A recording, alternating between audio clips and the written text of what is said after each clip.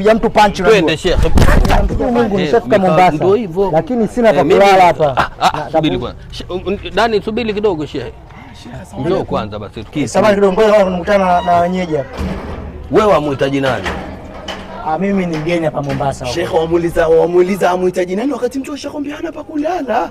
Huyo mgeni anaonekana kabisa. Sasa wala usiwe na wasiwasi Sheikh. Hilo limeisha. Hilo limekwisha, mimi nitakuhifadhi kwangu. Sasa mimi nitashukuru sana Mungu. Sheikh mnisikilize mie. Umesahau kile chumba cha kushapata mgeni eti. Sheikh utaenda kupumzika nyumbani maana sio Islam safi kabisa. Mimi kwangu sehemu kubwa kabisa ina chumba na sebule, wakaa kwa kurelax kabisa. Gharama zote za chakula nini kwangu usaulifu. Haya ni masofa uliagiza wewe, utaweka wapi? Hebu subiri basi kwanza, hebu subiri. Unanichanganya najua. Mimi hapa ni mgeni Mombasa. Mimi shida yangu ni nahitaji sehemu ya kulala kama mwenye juu wako mimi hapa. Sisi ndo wenyeji na mimi ni mimi. Sasa wewe hebu basi kubaliana mimi nikapumzike wapi? Wewe unahitaji Sheikh twende. Tulia.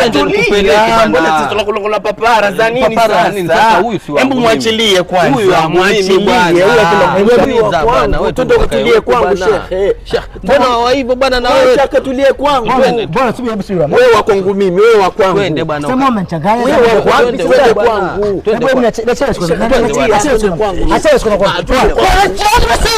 Tulia Sheikh bwana, mbona sindano na ukali wake wote ule, lakini atiwauzu kwa nyuma na shona. Ndio mate kidogo. Bwana hebu maneno mimi sitaki upumbavu wenu. Nitampiga mtu punch na. Twende Sheikh. Piga punch.